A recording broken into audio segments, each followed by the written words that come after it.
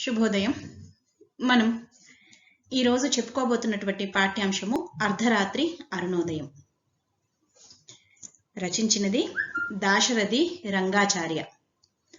ఆయన ఆత్మకథ అయినటువంటి జీవనయానం గ్రంథం నుంచి మన పాఠ్యాంశము గ్రహించబడింది. దేశానికి స్వాతంత్రం వచ్చినప్పుడు తెలంగాణలో ఉన్నటువంటి పరిస్థితుల గురించి, ఏ విధంగా తాము స్వాతంత్ర దినోత్సవాన్ని జరుపుకున్నారు, సామ్రాజ్యవాదుల పాలన ఎలా ఉంటుంది అనేది ఆయన ఈ పాఠ్యాంశంలో వివరించడం జరిగింది. కవి పరిచయాన్ని తీసుకుంటే, దాశరథి రంగాచార్యులు అక్షర వాచస్పతి, సాహితీవేత్త, తెలంగాణ సాయుధ పోరాట యోధుడు అయినటువంటి దాశరథి రంగాచార్య మార్చి 12, 1930న వరంగల్ జిల్లా మహబూబాబాద్కు సమీపాన ఉన్నటువంటి చినగూడూరులో జన్మించారు. తల్లిదండ్రులు వెంకటమ్మ, వెంకటాచార్యులు. సనాతన సాంప్రదాయ కుటుంబంలో పెరిగిన రంగాచార్య కాలక్రమేణా ఆధునిక మార్క్సిస్టు భావజాలం వైపు ప్రయాణించారు. అందువల్ల ఆయన రచనలు విభిన్న భావాల సమాహారంగా ఉంటాయి.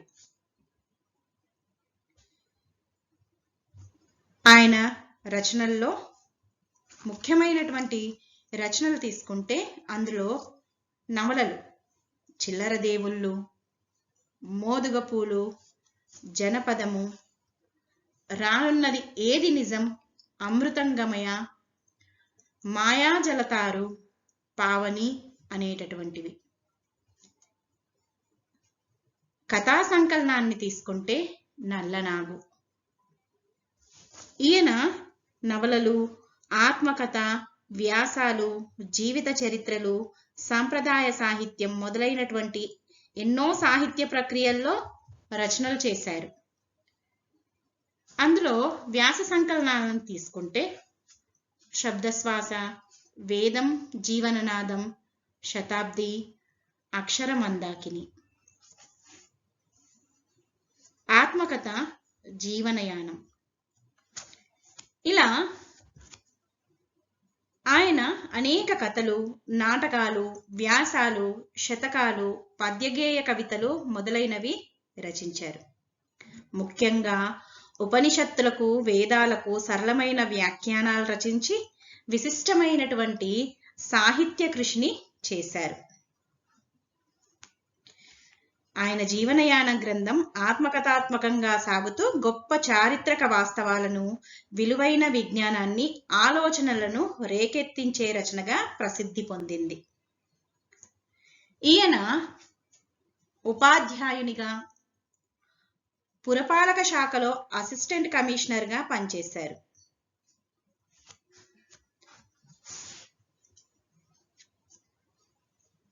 సనాతన సాంప్రదాయ కుటుంబంలో పెరిగినటువంటి ఈయన తర్వాత ఆధునికం వైపు, ఆధునిక భావజాలం వైపు, మార్క్సిస్టు భావజాలం వైపు మొగ్గు చూపారు. అది ఆయన రచనల్లో మనకు ప్రతిఫలిస్తుంది. ఆయన నవలలను తీసుకుంటే గనక తెలంగాణ సాయుధ పోరాటం నాటి స్థితిగతులు, ఆ కాలంలోని దారుణమైన బానిస పద్ధతులను దాశరథి రంగాచార్యులు తన నవలలైనటువంటి చిల్లర దేవుళ్ళు, మోదుగపూలు, జనపదం నవలల్లో చిత్రీకరించారు. అందులో చిల్లర దేవుళ్ళు నవలలో సాయుధ పోరాటం ముందున్నటువంటి స్థితిగతులను వివరించడం జరిగింది. అదేవిధంగా మోదుగపూలు నవలలో తెలంగాణ సాయుధ పోరాటం నాటి పరిస్థితులు చిత్రించడం జరిగింది. అదేవిధంగా జనపదం నవలలో సాయుధ పోరాట అనంతర పరిస్థితులను తెలియజేశారు. ఈయన విశిష్టమైనటువంటి సాహిత్యాన్ని సృష్టించి తెలుగు సాహిత్యాన్ని సుసంపన్నం చేశారు అని చెప్పడంలో ఎటువంటి అతిశయోక్తి లేదు. తెలంగాణ పోరాట క్రమానికి నవలల రూపం కల్పించడం, తెలంగాణ ప్రాంత చారిత్రక, సామాజిక, రాజకీయ పరిణామాలకు ప్రతిబింబంగా రచించిన ఆయన ఆత్మకథ, జీవనయానం వంటివి సాహిత్యంపై చెరగని ముద్ర వేశాయి. ఆ రోజుల్లో వేదం లిపిబద్ధం కారాదనే నిబంధనలు ఉండగా ఏకంగా దాన్ని తెలుగులోకి అనువదించడం వంటి విప్లవాత్మకమైనటువంటి పనులు చేపట్టారు. తెలుగులోకి వేదాలను అనువదించిన వ్యక్తిగా సాహిత్య చరిత్రలో స్థానం సంపాదించారు.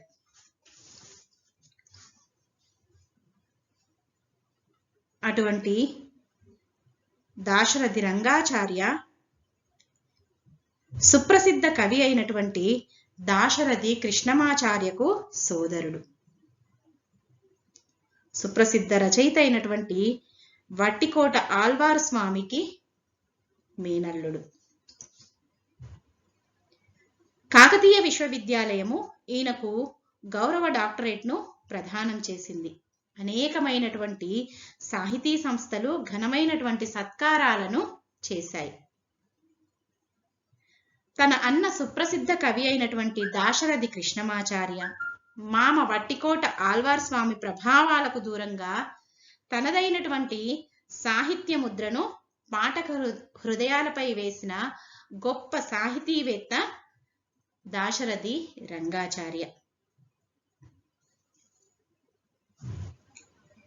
నవలలు, ఆత్మకథ, వ్యాసాలు, జీవిత చరిత్రలు, సంప్రదాయ సాహిత్యం తదితర సాహిత్య ప్రక్రియల్లో ఎన్నో రచనలు చేసినటువంటి సాహితీవేత్త రంగాచార్య జూన్ 8, 2015న పరమపదించారు. ఇక మన పాఠ్యభాగ నేపథ్యాన్ని తీసుకుంటే, దేశానికి స్వాతంత్రం వచ్చి ఆనందోత్సవాలు జరుపుకుంటున్నటువంటి సందర్భంలో తెలంగాణ ప్రాంతంలో ఉన్నటువంటి నిజాం పాలనలో ఉన్నటువంటి చీకటిని గురించి తన ప్రత్యక్ష అనుభవాలను దాశరథి రంగాచార్యులు మనకు ఈ వ్యాసంలో వివరిస్తున్నారు. అంతేకాకుండా సామ్రాజ్యవాదుల వైఖరి ఎలా ఉంటుందో కళ్ళకు కట్టినట్టు మనకి రంగాచార్య వివరిస్తున్నారు. ఇందులో ప్రపంచవ్యాప్తంగా సామ్రాజ్యవాదులు సృష్టించినటువంటి విభజన విధ్వంసాన్ని తెలిపారు. అలాగే హైదరాబాద్ సంస్థానంలో జరిగిన రాజకీయ, సామాజిక పరిణామాలను ఈ వ్యాసం వివరిస్తుంది. అధికారం అనేది ఏ విధంగా వ్యక్తులను, దేశాలను పట్టి పీడిస్తుందో సోదాహరణంగా తెలిపారు రచయిత. ఈ పాఠ్యాంశం చరిత్రలో జరిగిన సంఘటనలు, వర్తమాన చరిత్రలో విస్తరించి సమస్యలుగా మారిన వైనాన్ని తెలుపుతుంది. అదేవిధంగా దేశ ప్రజల ఐక్యమత్యాన్ని గురించి కూడా ఈ పాఠం మనకు సమగ్రంగా తేటతెల్లం చేస్తుంది. ఈ పాఠ్యభాగం వచ్చేసి ఆయన ఆత్మకథ అయినటువంటి జీవనయానం అనేటటువంటి గ్రంథం నుంచి గ్రహించబడింది. ఇక మన పాఠ్యాంశానికి వస్తే, 60 ఏళ్ల అనంత సంగ్రామం తరువాత భారత జాతి విముక్తిని సాధించింది. 15 ఆగస్టు 1947 భారత జాతికి వెలుగుల దినం, ఉత్సవ దినం, ఉత్సాహ దినం, పర్వదినం, పర్వాల దినం. భారత జాతికి 2 శతాబ్దాల అంగ్రేజుల దాస్యం నుంచి విముక్తి కలిగింది. ఇది స్థూల దృష్టి. భారత జాతి ఎన్నో శతాబ్దాలుగా స్వరాజ్యం కోల్పోయింది, సురాజ్యము నష్టపోయింది. మనం స్వరాజ్యం సంపాదించుకున్నాం. ఇక మనను పైవాడు పాలించడు, మనమే పాలించుకుంటాం. ఇది మన దేశం, దీన్ని మనమే చక్కబరుచుకుంటాం. 15 ఆగస్టు 1947 అర్ధరాత్రి బ్రిటిష్ పతాకం యూనియన్ జాక్ దిగిపోయింది. భారత జాతీయ పతాకం త్రివర్ణ కేతనం సగర్వంగా ఎగిరింది. అప్పుడు నెహ్రూ ఇలా అన్నారు,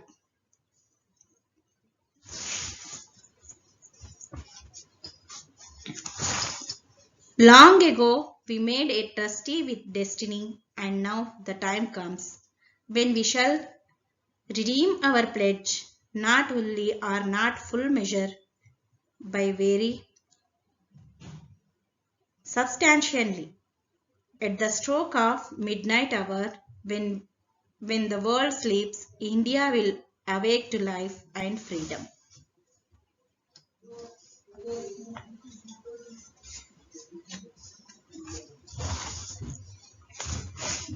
1947 15 ఆగస్టు నాటి తన ఆనందం, సంతోషం, ఆవేశం, ఆతురత పదాలకు అందనివి అని అంటున్నారు. పాఠ్యాంశాన్ని తీసుకుంటే భారతదేశం స్వాతంత్ర దినోత్సవం పొందిన తరువాత తెలంగాణలో ఉన్నటువంటి పరిస్థితులను రచయిత రంగాచార్య వివరిస్తున్నారు. ఆనాటి నిజాం రాజ్యంలో తాము ఏ విధంగా స్వాతంత్ర దినోత్సవాన్ని రహస్యంగా జరుపుకున్నారు అని చెప్పేసి ఆయన దీనిలో వివరిస్తున్నారు. అందులో భాగంగా 60 ఏళ్ల అనంతరం భారత జాతి విముక్తిని పొందింది అని చెప్పేసి అని అంటున్నారు. 15 ఆగస్టు 1947 భారత జాతికి వెలుగుల దినం, ఉత్సవ దినం, ఉత్సాహ దినం, పర్వదినం, పర్వాల దినం. భారతదేశానికి 1947 15 ఆగస్టున మనకు స్వతంత్రం వచ్చింది. 14 అర్ధరాత్రి మన భారతదేశాన్ని విడిచేసి ఆంగ్లేయులు మనకు స్వాతంత్రాన్ని ప్రకటించి వెళ్ళిపోవడం జరిగింది. అందుకే 2 శతాబ్దాలు అంటే 200 సంవత్సరాల తర్వాత మనకి బ్రిటిష్ వారి నుంచి విముక్తి లభించింది అని అంటున్నారు. భారత జాతి అనేది ఎన్నో శతాబ్దాలుగా స్వరాజ్యాన్ని కోల్పోయింది అని అంటున్నారు. తర్వాత మనం స్వరాజ్యం సాధించుకున్నాము అని చెప్పేసి మనల్నిక ఎవరూ పరిపాలించరని, మనకు స్వాతంత్రం వచ్చింది కాబట్టి మనల్ని మనమే పరిపాలించుకుంటాము అని చెప్పేసి చెప్తున్నారు. ఆ అర్ధరాత్రి 1947 ఆగస్టు 15 అర్ధరాత్రి యూనియన్ జాక్ దిగిపోయింది. అది బ్రిటిష్ వారి పతాక అయినటువంటి యూనియన్ జాక్ దిగిపోయింది. భారత జాతీయ త్రివర్ణ పతాకం అనేది రెపరెపలాడింది, సగర్వంగా ఎగిరింది అని చెప్పేసి అని అంటున్నారు. ప్రపంచమంతా నిద్రపోతూ ఉన్నప్పుడు సరిగ్గా అర్ధరాత్రి 12 గంటలకు ప్రపంచం నిద్రపోతున్నప్పుడు భారత జాతి మేల్కొంది అని చెప్పేసి నెహ్రూ గారు అన్నారు అన్న విషయాన్ని ఆయన తెలియజేస్తున్నారు. తన సంతోషాన్ని ప్రకటిస్తూ రచయిత తన సంతోషము, ఆవేశము, ఆతురత అనేటటువంటివి పదాలకు అందనివి అని చెప్పేసి అంటున్నారు. ఈ ఉత్సవాలు దర్శించడానికి బెజవాడ వెళ్ళాలని ఆతురత, కానీ ఇక్కడి పరిస్థితులు భయంకరంగా ఉన్నాయి. అమ్మను, పిల్లలను వదిలి వెళ్లడం అసాధ్యం. గార్లలో కనీసం రేడియో లేదు. అప్పటికే అనేక పత్రికలను నిజాం ప్రభుత్వం నిషేధించింది. రాజ్యంలో రజాకార్లు విలయతాండవం చేస్తున్నారు. మనకు బ్రిటిష్ వాళ్ళు స్వతంత్రం ప్రకటించి వెళ్ళిపోయిన తర్వాత తెలంగాణ ప్రాంతాన్ని నిజాం రాజు పరిపాలిస్తున్నాడు. ఆయన భారతదేశానికి స్వతంత్రం రాకమునిపే తన రాజ్యాన్ని స్వతంత్రంగా ప్రకటించుకున్నాడు. అందుకే భారతదేశం స్వతంత్రం పొందిన తెలంగాణ మాత్రం స్వతంత్రాన్ని పొందలేకపోయింది నిజాం పాలనలో. అందువల్ల రచయిత ఆ స్వతంత్రం నాటి ఉత్సవాలు దర్శించాలని చెప్పేసి ఆయనకు వెళ్ళాలి అని చెప్పేసి కోరిక ఉన్నా వెళ్ళలేకపోయాను అని చెప్పేసి చెప్తున్నాడు. బెజవాడ అంటే ఈనాటి విజయవాడకు వెళ్ళి అక్కడ ఆ ఉత్సవాలను తిలకించాలనేటటువంటి ఆయన కోరికగానే ఉండిపోయిందని చెప్పేసి, మన తెలంగాణలోని పరిస్థితులు ఏ విధంగా భయంకరంగా ఉన్నాయో చెప్తున్నాడు. అప్పటికి తన కుటుంబంతో ఆయన గార్లలో ఉండడం జరిగింది. ఆ పరిస్థితుల్లో తల్లిని తన పిల్లల్ని వదిలి వెళ్ళడము అసాధ్యం కనుక వెళ్ళలేకపోయాను అని చెప్పేసి చెప్తున్నాడు. కనీసం రేడియో కూడా లేదు గార్లలో అని చెప్పేసి అని అంటున్నారు. ఆ స్వతంత్ర దినోత్సవాన్ని జరుపుకున్నటువంటి ఆ ఉత్సవాన్ని జరుపుకున్నటువంటి ఆ సమాచారం అనేది పత్రికల్లో రాకుండా కూడా నిజాం ప్రభుత్వం నిషేధించింది అని చెప్పేసి, అప్పటికే అనేక పత్రికలను నిజాం ప్రభుత్వం నిషేధించింది అని అంటున్నాడు. ఆ తెలంగాణ ప్రాంతంలో రజాకార్లు విలయతాండవం చేస్తున్నారు అని చెప్పేసి చెప్తున్నారు.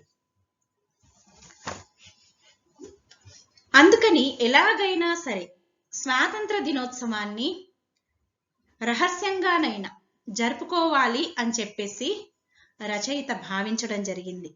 అందుకే ఏ విధంగా రహస్యంగా తాము స్వాతంత్ర దినోత్సవాన్ని జరుపుకున్నారో ఆయన మనకు వివరిస్తున్నారు. అది కూడా గార్ల గ్రంథాలయంలో.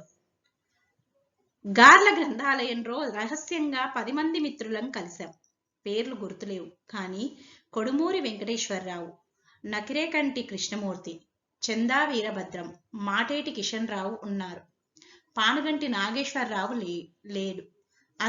అతను పార్టీ ఆదేశం మీద అజ్ఞాతంలోకి వెళ్ళిపోయాడు. మేము సరిగ్గా అర్ధరాత్రి తలుపులు మూసిన గ్రంథాలయంలో దీపాలు వెలిగించాం, మిఠాయిలు పంచుకున్నాం. అప్పుడు అక్కడ ఉన్న అగ్నిగుండాన్ని మరిచాం. భారతదేశం స్వాతంత్రం సముపార్జించడం గురించి ఉపన్యాసాలు ఇచ్చుకున్నాం. రచయిత గారికి, దాశరథి రంగాచార్యకి ఎలాగైనా స్వాతంత్ర దినోత్సవాన్ని జరుపుకోవాలి, ఆ ఉత్సవాన్ని జరుపుకోవాలి అనేటటువంటి కోరిక కలిగింది. అందుకని నిజాం పాలనలో నిషేధం ఉన్నప్పటికీ వారు తన కొంతమంది మిత్రులతో, ఒక 10 మంది మిత్రులతో రహస్యంగా గార్ల గ్రంథాలయంలో వాళ్ళందరూ అర్ధరాత్రి పూట కలిశారు. అందులో 10 మంది పేర్లు గుర్తులేవు అని చెప్తూ కొడుమూరి వెంకటేశ్వరరావు, నకిరేకంటి కృష్ణమూర్తి, చందా వీరభద్రం, మాటేటి కిషన్ రావులు ఉన్నారని చెప్పేసి తెలియజేస్తున్నారు. అదేవిధంగా పానుగంటి నాగేశ్వరరావు పార్టీ ఆదేశం మేరకు అజ్ఞాతంలోకి వెళ్ళిపోయారు అని చెప్పేసి తెలియజేస్తున్నారు. అలా వాళ్ళు సరిగ్గా అర్ధరాత్రి, మనకు స్వతంత్రం వచ్చినటువంటి ఆ సమయాన ఆ తలుపులు మూసినటువంటి ఆ గ్రంథాలయంలో చిన్నగా దీపాలు వెలిగించి స్వతంత్రం వచ్చినందుకు సంతోషంగా మిఠాయిలు పంచుకున్నారు. చుట్టూ ఉన్నటువంటి ఆ నిజాం కాలం నాటి ఆ నిజాం పాలనను మర్చిపోయాము అని చెప్పేసి అని అంటున్నారు. అందుకే అక్కడ ఉన్నటువంటి అగ్నిగుండాన్ని మరచాము అని చెప్పేసి చెప్తున్నారు. భారతదేశం ఏ విధంగా స్వాతంత్రాన్ని సంపాదించుకుందో రహస్యంగా ఉపన్యాసాలు ఇచ్చుకున్నాము అని చెప్పేసి తెలియజేస్తున్నారు. అలా తెలియజేస్తూ లోకం నిద్రిస్తున్నప్పుడు భారతదేశం మేల్కొన్నది అన్న జవహర్ లాల్ మాటల్ని గుర్తు చేసుకున్నారు. లోకమంతా నిద్రిస్తూ ఉన్నప్పుడు మన భారతదేశం మేల్కొన్నది. ఎందుకంటే అర్ధరాత్రి మనకి స్వాతంత్రం వచ్చింది కాబట్టి ఆ అర్ధరాత్రి స్వాతంత్రం, లోకమంతా నిద్రపోతూ ఉన్నప్పుడు మన భారతదేశము మేల్కొన్నది అని జవహర్ లాల్ నెహ్రూ అన్నారు. భారతదేశంలో అంతర్భాగమైన నిజాం రాజ్యంలో మేము చీకట్ల చిందుల్లో రహస్యంగా స్వాతంత్ర దినోత్సవం జరుపుకోవాల్సి వచ్చింది. భారత స్వాతంత్ర దినోత్సవం నాడు మేము కరకు తురక పాలనలో ఆజాద్ హైదరాబాద్ సంస్థానంలో అసఫ్ జాహీ కామిర్ల పతాకం కింద నలుగుతున్నాము. రచయిత తాము రహస్యంగా స్వాతంత్ర దినోత్సవ వేడుకలను జరుపుకోవడానికి గల కారణాన్ని చెప్తున్నారు. ఎందుకంటే అప్పటికే మన దేశానికి స్వాతంత్రం రాకముందే నిజాం రాజు తన రాజ్యానికి స్వతంత్రాన్ని ప్రకటించుకున్నాడు. అది 12 జూన్ 1947 సర్వతంత్ర స్వతంత్రమును ప్రకటించి ఆజాద్ హైదరాబాద్ అవతరించింది అని చెప్పేసి చెప్పుకున్నాడు. ఆయన ఫర్మాన్ జారీ చేసుకున్నాడు. రజాకార్ల నినాదాల మధ్య చార్మినార్ మీద అసఫ్ జాహీ పతాకాన్ని ఆయన ఎగురవేయడం జరిగింది. అందువల్ల వీరు రచయిత తన మిత్రులతో ఏ విధంగా రహస్యంగా స్వాతంత్ర దినోత్సవాన్ని జరుపుకున్నాము అనే విషయాన్ని చెప్తున్నారు. భారతదేశంలో అంతర్భాగమైనటువంటి తమ తెలంగాణ ప్రాంతము నిజాం పాలనలో ఉండడం వల్ల అలా చీకట్లో తాము స్వాతంత్ర దినోత్సవ వేడుకలను జరుపుకోవలసి వచ్చింది రహస్యంగా అని చెప్పేసి చెప్తున్నారు. ఎందుకంటే ఆ భారత స్వాతంత్ర దినోత్సవం నాడు తాము కరుడుగట్టినటువంటి నిజాం పాలనలో ఆజాద్ హైదరాబాద్ సంస్థానంలో అసఫ్ జాహీ పతాకం కింద నలుగుతున్నామనే విషయాన్ని తెలియజేస్తున్నారు. అలా తెలియజేస్తూ ఏ విధంగా తాము రహస్యంగా స్వాతంత్ర దినోత్సవాన్ని జరుపుకున్నాము, ఏ విధంగా ఆవేశంగా ఉపన్యాసాలు ఇచ్చుకున్నాము అనే విషయాన్ని రచయిత తెలియజేస్తున్నారు. సామ్రాజ్యవాదులు సాధారణంగా అధికారం వదులుకోరు. అసలు అధికారమే అలాంటిది, దాన్ని ఎవడూ వదలడు. స్వచ్ఛందంగా అధికారం వదులుకున్న వారు చరిత్రలో అరుదు. అర్థం, అధికారం ఈ రెండింటినీ వదిలించాలి తప్ప వదులుకోరు. ఈ సూత్రం చిన్న కుటుంబ యజమాని నుంచి సామ్రాజ్యవాదుల వరకు వర్తిస్తుంది. అమెరికా ప్రజలు యుద్ధం చేసి బ్రిటిష్ ప్రభుత్వాన్ని తరిమివేశారు. బ్రిటిష్ వారు భారతదేశాన్ని విధిలేక విడిచిపోయారు. సామ్రాజ్యవాదులను తీసుకుంటే సాధారణంగా వాళ్ళు అధికారాన్ని వదులుకోరు. అయినా ఒకసారి అధికారం అనేది చేతిలోకి వచ్చిన తర్వాత ఎవరు దాన్ని వదులుకోవడానికి ఇష్టపడరు. స్వచ్ఛందంగా అధికారం వదులుకున్నటువంటి వాళ్ళు ఈ చరిత్రలో చాలా అరుదుగా ఉంటారని చెప్పేసి రచయిత తెలియజేస్తున్నారు. ధనము, అధికారం అనే దాన్ని రెండింటినీ వదిలించుకోవాలి తప్ప మనమే వదిలించాలి తప్ప దాన్ని సామాన్యంగా ఆ వ్యక్తులు వదులుకోరు అని చెప్పేసి అంటున్నారు.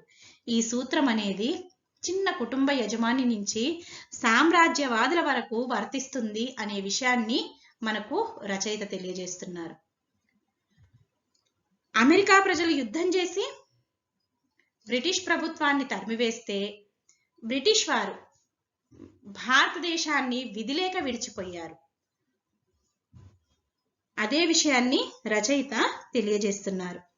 1939లో ప్రారంభమైన రెండో ప్రపంచ సంగ్రామం నాజీ నియంత హిట్లర్ ఓటమితో 1945లో ముగిసింది.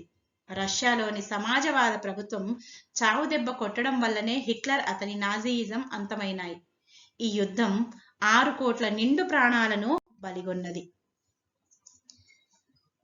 రెండో ప్రపంచ యుద్ధము 1939లో ప్రారంభమై 1945లో ముగిసింది అనే విషయాన్ని రచయిత తెలియజేస్తున్నాడు. నియంత అయినటువంటి హిట్లర్ ఓడిపోవడం వల్ల 1945లో రెండో ప్రపంచ యుద్ధము ముగిసింది అని చెప్పేసి అంటున్నారు. రష్యాలో ఉన్నటువంటి సమాజవాద ప్రభుత్వము చావుదెబ్బ కొట్టడం వల్లనే హిట్లరు అతని నాజీయిజం అనేవి అంతమయ్యాయి అని అంటున్నారు. కానీ ఈ యుద్ధం అనేది 6 కోట్ల ప్రాణాలను బలికొన్నది అని చెప్పేసి అంటున్నారు. అమెరికా ఆటం బాంబు జర్మనీ మీద వేయొచ్చు కదా, వేయలేదు. తమ జాతి యూరోపియన్లను రక్షించుకోవాలి. ఇది కృణ్వంతో విశ్వమార్యం అని హిట్లర్ జాత్యహంకారం కన్నా ఏమాత్రం తక్కువ కాదు. అమెరికా తీసుకుంటే అది తన ఆటం బాంబుని జర్మనీ మీద వేయవచ్చు కదా, వేయలేదు అని చెప్పేసి అంటున్నారు. ఎందుకంటే తమ జాతీయులను రక్షించుకోవడమే అమెరికా చూస్తుంది. అందుకే జర్మనీ మీద వేయలేదు అని చెప్పేసి అని అంటున్నాడు. అమెరికా ఆసియా ప్రజల మీద ఆటం బాంబులను ప్రయోగించింది. జపాన్లోని హిరోషిమా, నాగసాకి నగరాల మీద విచక్షణారహితంగా బాంబులు వేసింది. ఈ అణుబాంబుల వల్ల 1,20,000 మంది హతులయ్యారు, లక్షల మంది క్షతగాత్రులయ్యారు. అర్ధశతాబ్దం గడిచిన అణుబాంబు బాధితులు ఇంకా కోలుకోలేదు.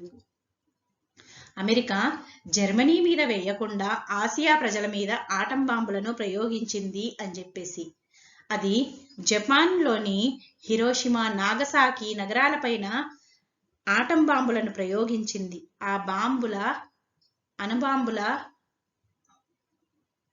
ఫలితం వల్ల 1,20,000 మంది చనిపోయారని చెప్పేసి, లక్షల మంది గాయపడ్డారని చెప్పేసి, అర్ధశతాబ్దం 50 సంవత్సరాలు గడిచిన అణుబాంబు బాధితులు ఇంకా కోలుకోలేదు అని చెప్పేసి రచయిత తెలియజేస్తున్నారు. ఇది తాను ఎప్పుడు రాస్తున్నారు అన్న విషయాన్ని, అంటే నాగసాకి, హిరోషిమా నగరం పైన జరిగినటువంటి ఆ దురంతాన్ని గురించి వివరిస్తూ, నేను ఇది వ్రాస్తున్న ఆగస్టు 5, 1994 హిరోషిమా, నాగసాకిలలోని నాటి దురంతాన్ని గుర్తు చేసుకొని వేల కొలది మంది ప్రార్థనలు చేస్తున్నారు. మానవ లోకం నుంచి అణుబాంబు అంతం కావాలని జపాన్ ప్రభుత్వం ప్రకటించింది. అమెరికా అణుబాంబును ప్రయోగించిన తేదీని ప్రస్తావిస్తూ అనేక మంది ఆనాటి దురంతాన్ని గుర్తు చేసుకొని వేల మంది ప్రార్థనలు చేస్తున్నారని, జపాన్ ప్రభుత్వం ఈ మానవలోకం నుంచి అణుబాంబు అనేది అంతం కావాలని చెప్పేసి కోరుకుంది అనే విషయాన్ని మనకు రచయిత తెలియజేస్తున్నారు. రెండవ ప్రపంచ సంగ్రామ విజయం సుమారుగా ప్రజా విజయం. ఇది సోషలిస్టు విజయం.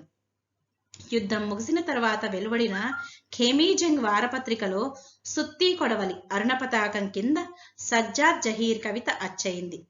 సుర్జ్ పచ్చం wood రహా May seen a Berlin pay ఆజ్. నాకింకా గుర్తుంది. బెర్లిన్ గుండె మీద ఎర్ర జెండా ఎగురుతున్నది అని దాని అర్థం. రెండవ ప్రపంచ యుద్ధం, దాని తర్వాత ఆ యుద్ధంలో సాధించినటువంటి విజయం అది ప్రజా విజయం అని చెప్పేసి రచయిత వివరిస్తున్నారు. ఆ యుద్ధం ముగిసిన తర్వాత ఖేమీజంగ్ అనేటటువంటి వారపత్రికలో సుత్తి కొడవలి అరుణ పతాకం కింద సజ్జాద్ జహీర్ కవి యొక్క కవిత అచ్చయిందని, ఆ కవిత బెర్లిన్ గుండె మీద ఎర్ర జెండా ఎగురుతున్నది అని చెప్పేసి దాని అర్థాన్ని వివరిస్తున్నారు. ప్రపంచ ప్రజల ప్రజా పోరాటాలకు బలం చేకూరింది. సామ్రాజ్యవాదులు ప్రజలను పాలించగలిగే స్థితిలో లేరు. 8వ దశకంలో రానున్న శతాబ్ది గురించి నా వ్యాసం ఆకాశవాణిలో ప్రసారమయ్యింది. ఇది బానిసల జాతులకు విముక్తి కలిగించిన శతాబ్దం. ఆసియా, ఆఫ్రికా ఖండాల నుంచి సామ్రాజ్యవాదాన్ని తరిమికొట్టిన యుగం. శ్వేతజాతి అహంకారం చివరి ఊపిరితో ఉన్న రాక్షస ప్రభుత్వం మీద నల్లజాతి మాత్రమే కాదు, నాగరిక ప్రపంచం యావత్తు తిరుగులేని ఉద్యమం సాగిస్తున్నది. ఈ శతాబ్దం ముగియక ముందే దక్షిణాఫ్రికా, నమీబియాలలో స్వాతంత్రం భానోదయం అవుతుందని ఆశిద్దాం అని రాశాను. కవి రచయిత అయినటువంటి రంగాచార్య తన జీవనయానం ఆత్మకథలో స్వతంత్రం వచ్చిన తర్వాత తెలంగాణలో ఉన్నటువంటి పరిస్థితులను వివరిస్తూ, మన పోరాటం అనేది మన భారతదేశంలో స్వాతంత్ర పోరాటమే కాకుండా ప్రపంచంలో జరుగుతున్నటువంటి పోరాటాలు ఏ విధంగా ఉన్నాయో, ఏ విధంగా ప్రజా పోరాటాలకు బలం చేకూరిందో వివరిస్తూ ప్రపంచ ప్రజా పోరాటాలకు బలం చేకూరింది అని చెప్పేసి అని అంటున్నారు. సామ్రాజ్యవాదులు ప్రజలను పాలించే స్థితిలో లేరు అని చెప్పేసి అని అంటున్నారు. తాను ఆకాశవాణిలో తన వ్యాసాన్ని గురించి వివరిస్తూ వచ్చినటువంటి తన వ్యాసాన్ని, రానున్న శతాబ్ది అనేటటువంటి తన వ్యాసాన్ని గురించి వివరిస్తూ, ఆ శతాబ్దం అనేది తాను రానున్న శతాబ్ది గురించి వివరిస్తూ ఇది బానిస జాతులకి విముక్తి కలిగించినటువంటి శతాబ్దము అని చెప్పేసి అని అంటున్నారు. అదేవిధంగా ఆఫ్రికా, ఆసియా ఖండాల నుంచి సామ్రాజ్యవాదాన్ని తరిమికొట్టినటువంటి శతాబ్దము అని అంటున్నారు. శ్వేత జాతుల అహంకారము కొన ఊపిరితో ఉన్నటువంటి రాక్షస ప్రభుత్వం మీద నల్లజాతి మాత్రమే కాదంట, నాగరిక ప్రపంచం మొత్తం కూడా తిరుగులేని ఉద్యమం సాగిస్తున్నది అని చెప్పేసి చెప్తూ, ఈ శతాబ్దం ముగియక ముందే దక్షిణాఫ్రికా, నమీబియాలలో కూడా స్వాతంత్రం ఉదయమవుతుందని చెప్పేసి ఆశిద్దామని చెప్పేసి తన రానున్న శతాబ్ది అనేటటువంటి వ్యాసంలో రాశారు. ఆయన రాసినట్టుగానే తన ఆశయం ఫలించింది అని చెప్పేసి, దక్షిణాఫ్రికా స్వాతంత్ర దిన వేడుకలు టీవీలో చూశాను, నా ఒడలు పులకరించింది, నాకే స్వాతంత్రం వచ్చినంత పొంగిపోయాను అని అంటున్నారు. తాను ఏదైతే కోరుకున్నాడో రానున్న శతాబ్ది వ్యాసంలో అదే విధంగా తన ఆశయం ఫలించింది అని రచయిత తెలియజేస్తూ, దక్షిణాఫ్రికా స్వాతంత్రాన్ని సంపాదించుకుంది అని చెప్పేసి ఆ దక్షిణాఫ్రికా యొక్క స్వాతంత్ర దినోత్సవ వేడుకల్ని టీవీలో చూశాను అని చెప్పేసి తన శరీరము తన సంతోషంతో పులకరించింది అని చెప్పేసి, తనకే స్వాతంత్రం వచ్చినంత సంతోషపడిపోయాను, పొంగిపోయాను అని చెప్పేసి రచయిత తెలియజేస్తున్నారు. భారతదేశంలో కాంగ్రెస్, కమ్యూనిస్టు, సోషలిస్టుల ఉద్యమాలతో ప్రజల్లో అనంతమైనటువంటి చైతన్యం వచ్చింది. వారు పరాయి ప్రభుత్వాన్ని సహించే స్థితిలో లేరు. సైన్యం సహితం వారి మాట వినేటట్లు లేదు. నావికుల తిరుగుబాటు ఇందుకు నిదర్శనం.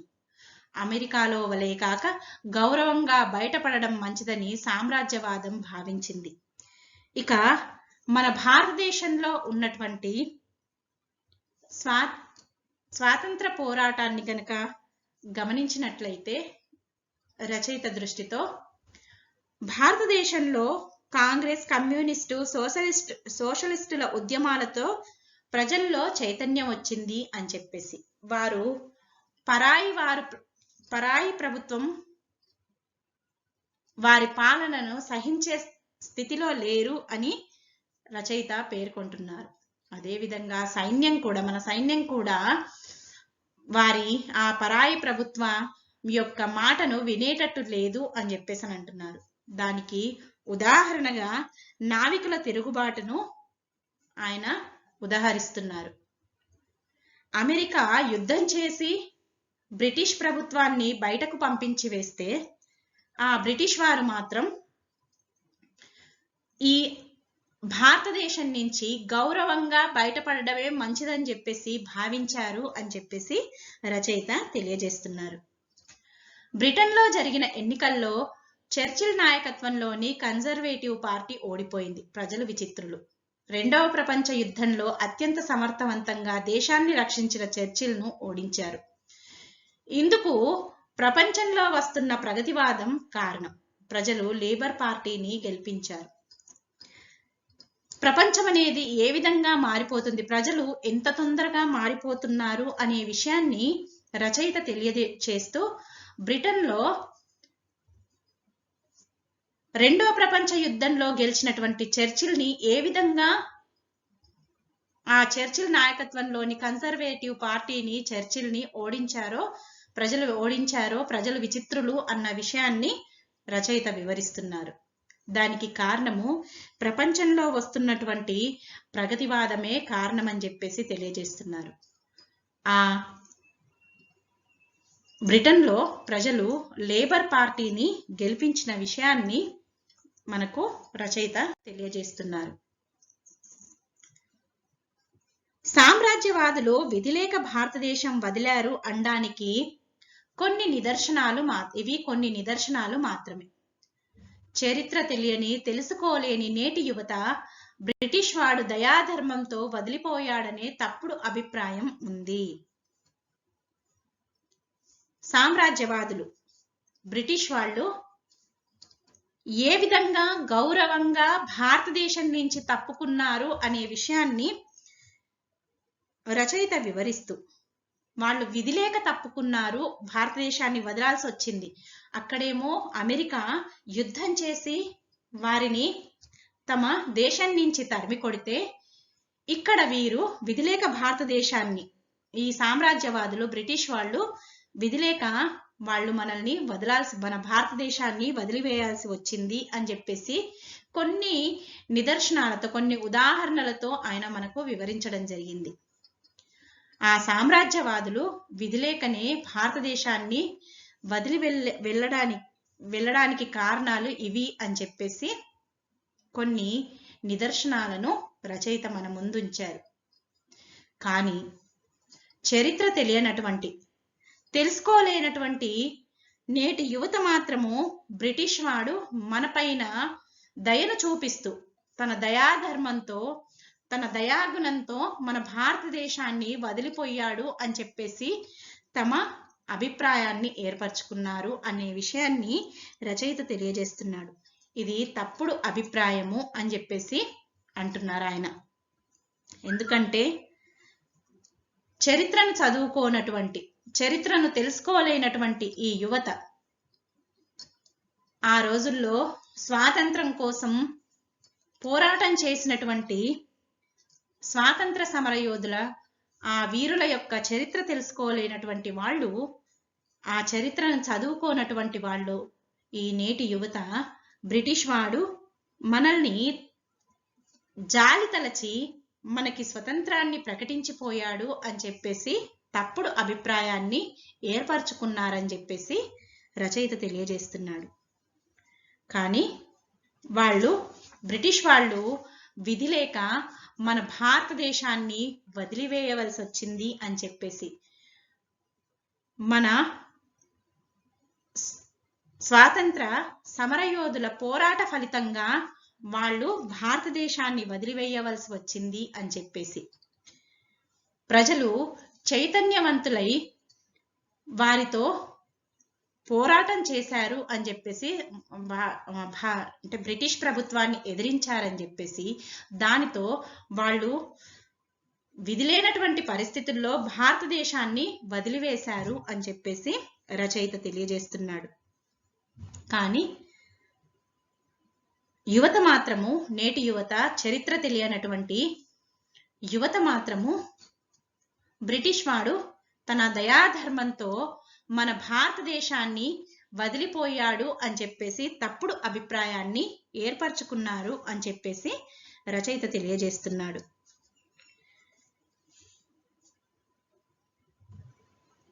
భారతదేశానికి స్వాతంత్రం వచ్చినప్పుడు రచయిత తెలంగాణ ప్రాంతంలో ఉన్నాడు. ఆ తెలంగాణ ప్రాంతము ఇంకా నిజాం పాలనలో ఉంది అని చెప్పేసి, రజాకార్లు ఏ విధంగా తెలంగాణలో విలయతాండవం చేస్తున్నారో అన్న విషయాన్ని వివరిస్తూ, మన భారతదేశానికి స్వతంత్రం రాకముందే నిజాం రాజు తన సంస్థానానికి స్వతంత్రాన్ని ప్రకటించుకొని ఆజాద్ హైదరాబాద్ అంటూ ఫర్మాను జారీ చేశాడని చెప్పేసి, అందుకే మన భారతదేశానికి స్వాతంత్రం వచ్చినా తెలంగాణ ప్రాంతానికి స్వాతంత్రం రాలేదని చెప్పేసి, ఆ స్వాతంత్ర దినోత్సవ వేడుకలను మన తెలంగాణలో జరుపుకోరాదు అని చెప్పేసి నిజాం ప్రభుత్వం నిషేధించింది అని చెప్పేసి, అదేవిధంగా అనేక పత్రికలను భారతదేశానికి స్వాతంత్రం వచ్చినటువంటి ఆ సమాచారాన్ని కూడా రాకుండా అనేక పత్రికలను నిజాం ప్రభుత్వం నిషేధించింది అని చెప్పేసి తెలియజేస్తూ, తాము ఏ విధంగా ఆ కరుకు తురుష్కుల పాలనలో ఏ విధంగా తాము అర్ధరాత్రి రహస్యంగా గార్ల గ్రంథాలయంలో స్వాతంత్ర దినోత్సవ వేడుకల్ని జరుపుకున్నామో అన్న విషయాన్ని రచయిత తెలియజేస్తూ, భారతదేశానికి స్వాతంత్రం వచ్చిన తమ తెలంగాణ ప్రాంతంలో స్వాతంత్రం రాకపోయేసరికి ఏ విధంగా ఆ సంతోషకరమైనటువంటి ఆ సన్నివేశాలను అర్ధరాత్రి పూట ఏ విధంగా రహస్యంగా జరుపుకున్నాము అనే విషయాన్ని రచయిత మనకు వివరిస్తున్నారు. సామ్రాజ్యవాదులు అనేటటువంటి వాళ్ళు, అధికార దాహం ఉన్నటువంటి వాళ్ళు ఏ విధంగా తమ అధికారాన్ని వదులుకోరు అని చెప్పేసి తెలియజేస్తూ, ఎవడూ కూడా స్వచ్ఛందంగా అధికారం వదులుకోరని చెప్పేసి దాన్ని వదిలించాలి తప్ప వాళ్ళంతట వాళ్ళు వదులుకోరు అని చెప్పేసి ఈ చిన్న సూత్రం అనేది చిన్న కుటుంబ యజమాని నుంచి సామ్రాజ్యవాదుల వరకు వర్తిస్తుంది అని చెప్పేసి చెప్తూ, అమెరికా వాళ్ళు యుద్ధం చేసి అమెరికా ప్రజలు యుద్ధం చేసి బ్రిటిష్ ప్రభుత్వాన్ని తరిమి కొడితే బ్రిటిష్ వాళ్ళు విధిలేక మన భారతదేశాన్ని విడిచిపోయారు అని చెప్పేసి రచయిత మనకు తెలియజేస్తున్నారు. కానీ నేటి యువత మాత్రము బ్రిటిష్ వాడు తన దయాధర్మంతో మన భారతదేశాన్ని వదిలిపెట్టిపోయాడు, తన జాలిగుణంతో మనకు స్వతంత్రాన్ని ప్రకటించాడు అనే విషయాన్ని వాళ్ళు తప్పుడు అభిప్రాయాన్ని ఏర్పరచుకున్నారు అని చెప్పేసి, అది తప్పు అని చెప్పేసి రచయిత తెలియజేస్తున్నారు.